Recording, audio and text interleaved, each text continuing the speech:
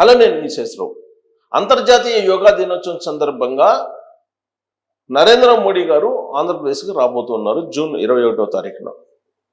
ఆ రోజున ఉగ్రవాదుల దాడులకు కూడా ప్లాన్ చేశారు. అందుకే పగడ్బందీగా ఆంధ్రప్రదేశ్కు సంబంధించినటువంటి పోలీసులు అలాగే ఎన్ఐఏ సహకారంతో మొత్తం సెర్చ్ చేశారు. ఇద్దరు ఉగ్రవాద కదలికలతోటి దొరికారు. ఒకళ్ళు సిరాజ్, మరొకతను సయ్యద్. వీళ్ళిద్దరూ ఉగ్రవాదుల కదలికలు, ఉగ్రవాదులకు సంబంధించినటువంటి వాళ్ళతోటి టచ్లో ఉన్నారు.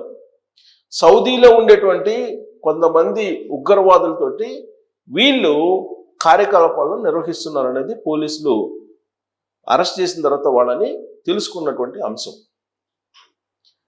వాస్తవంగా 21, 22 తారీఖుల్లో మందుగుండు సామగ్రిని పేల్చాలి, బాంబులు పేల్చాలి అనేటువంటి ఒక ప్లాన్ వేసి రెక్కి నిర్వహించారు విజయనగరంలో అనేటువంటి విషయాన్ని పోలీసులు తెలుసుకున్నారు. వీళ్ళిద్దరు లింకులు లష్కరే తోయిబా అలాగే ఉగ్రవాద సంస్థలుగా ఉన్నటువంటి జైషే మహమ్మద్ లాంటి వాటితోటి సంబంధాలు కలిగి ఉన్నారు. వీళ్ళు తరచూ సౌదీలో ఉండేటువంటి ఉగ్రవాదులతోటి టచ్లో ఉన్నారని చెప్పి వాళ్ళ దగ్గర నుంచి స్వాధీనం చేసుకున్నటువంటి ఫోన్లు, ఇతరతర సామాగ్రి ద్వారా పోలీసులు తెలుసుకున్నారు. యూట్యూబ్ని చూసి ఏ విధంగా బాంబులు తయారు చేయొచ్చు తెలుసుకొని నైట్రేటు అలాగే సల్ఫరు ఇలాంటి వాటన్నిటిని కూడా ఆర్డర్ చేసి పెద్ద మొత్తంలో సమకూర్చుకొని వాటిని పేల్చడానికి ప్రయత్నం చేశారు. దానికి సంబంధించి ఆల్రెడీ ఇన్ఫర్మేషన్ తీసుకుంది పోలీసులు. వాళ్ళిద్దరిని అదుపులోకి తీసుకున్నారు. విజయనగరంలో గతంలో ఎప్పుడు లేని విధంగా వాళ్ళిద్దరిని అదుపులోకి తీసుకున్న తర్వాత సిరాజ్ని అలాగే సయ్యద్ని కలకలం బయలుదేరింది. హైదరాబాద్లో కూడా ఉగ్రవాదుల మూలాలు ఉన్నాయని చెప్పి కొంతమందిని అదుపులోకి తీసుకున్నారు. గతంలో కూడా ఉగ్రవాదుల కదలికలు లేదంటే బాంబు పేలుళ్ళు, ముంబై పేలుళ్ళు జరిగినా లేదా ఢిల్లీలో పేలుళ్ళు జరిగినా ఎక్కడ జరిగినా కానీ హైదరాబాద్లో మూలాలు ఉండేవి.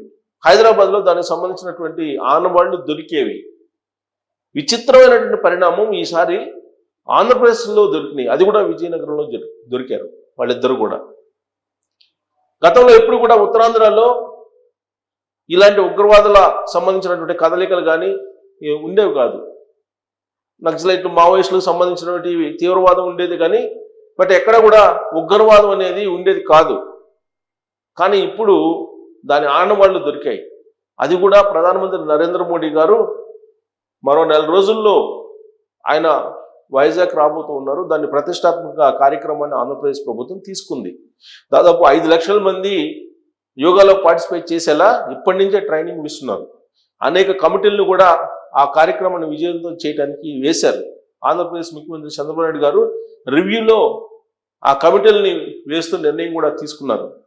పైగా రాష్ట్ర వ్యాప్తంగా కూడా అన్ని కుటుంబాల్లో కనీసం ఒక్కళ్ళైనా సరే యోగాన్ని నేర్చుకున్నటువంటి వాళ్ళు ఉండేలా చేయాలి అనేటువంటి టార్గెట్ కూడా పెట్టుకున్నారు.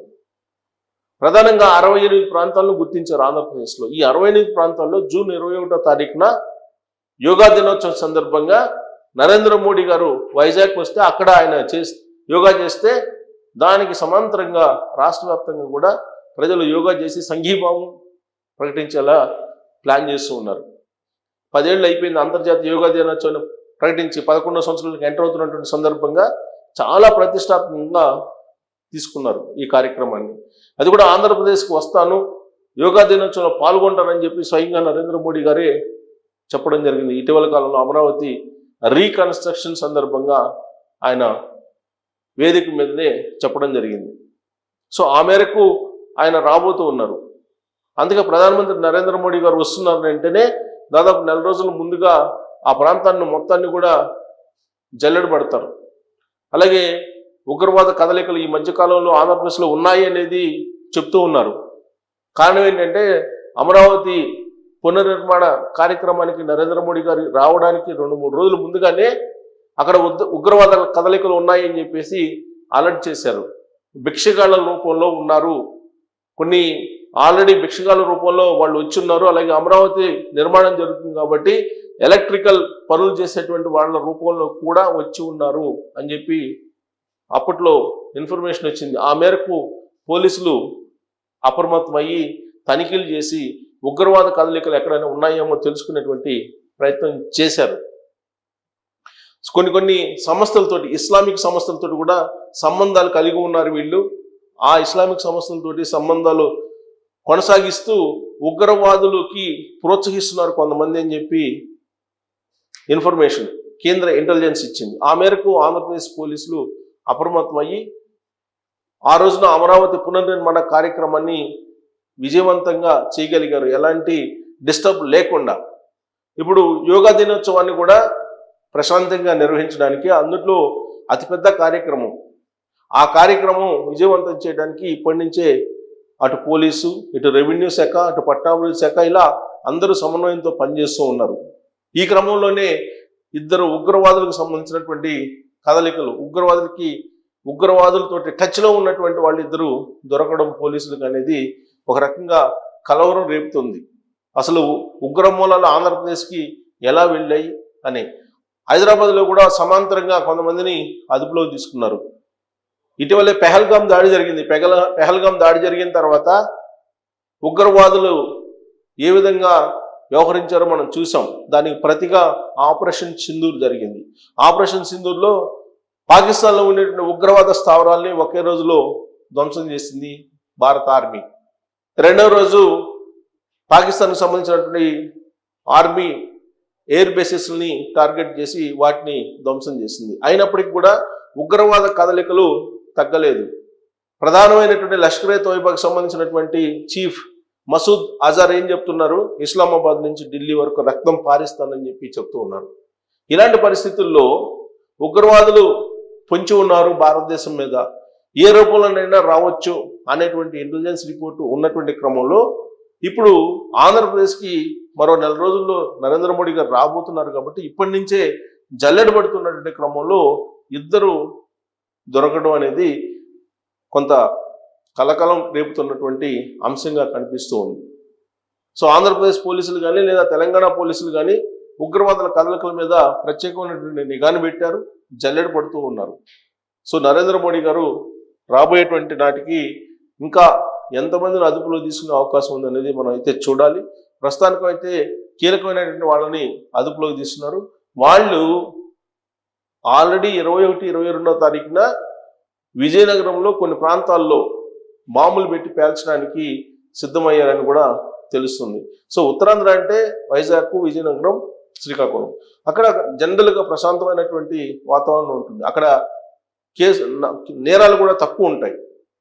సో కానీ అలాంటి ప్రాంతంలో వీళ్ళు ఎంటర్ కావడం అంటే ఇప్పుడు కేవలం నరేంద్ర మోడీ గారు ఆంధ్రప్రదేశ్కి రావడం గమనించి ఆ కార్యక్రమం చేసే రోజే ఇలాంటి అల్లకొల్లను సృష్టించాలని చెప్పి వీళ్ళు ప్రయత్నం చేశారా? అసలు వీళ్ళకి ఎవరు సహకారం అందించారు? వీళ్ళకి తెర వెనుక ఎవరైనా కోఆపరేట్ చేస్తున్నారా పొలిటికల్గా? లేదంటే వీళ్ళే సౌదీలో ఉన్నటువంటి ఉగ్రవాద సంస్థలతో నేరుగా టచెస్ పెట్టుకొని కార్యకలాపాలు కొనసాగిస్తూ ఉన్నారా? ఎవరు అండ ఉంది స్థానికంగా వీళ్ళకి అనే దాని మీద ఇప్పుడు పోలీసులు చెక్ చేస్తున్నారు. మరి వాళ్ళ వెనక కేవలం ఉగ్రవాద సంస్థలే ఉన్నాయా, లేదంటే లోకల్గా కూడా కొంతమంది సపోర్ట్ ఉందా అని అంటే అసలు బెచ్చగాళ్ళ రూపంలో ఆంధ్రప్రదేశ్లో ఎంటర్ అయ్యారు అని అంటేనే అసలు వాళ్ళు ఏ రూపంలో ఎటువైపు నుంచి వస్తారో తెలియనటువంటి సిచ్యువేషన్. సో కాబట్టి అందరూ అప్రమత్తంగా ఉండాలి. ఏమాత్రం మీకు సమాచారం ఉన్నా ఇమీడియట్గా పోలీసులకి తెలియజేయాలి. పోలీసులు ఇప్పటికే జల్లెడ పడుతూ ఉన్నారు. ఇంకా ఎంతమందిని అదుపులో తీసుకునే అవకాశం ఉందనేది మనం చూద్దాం. Thank you.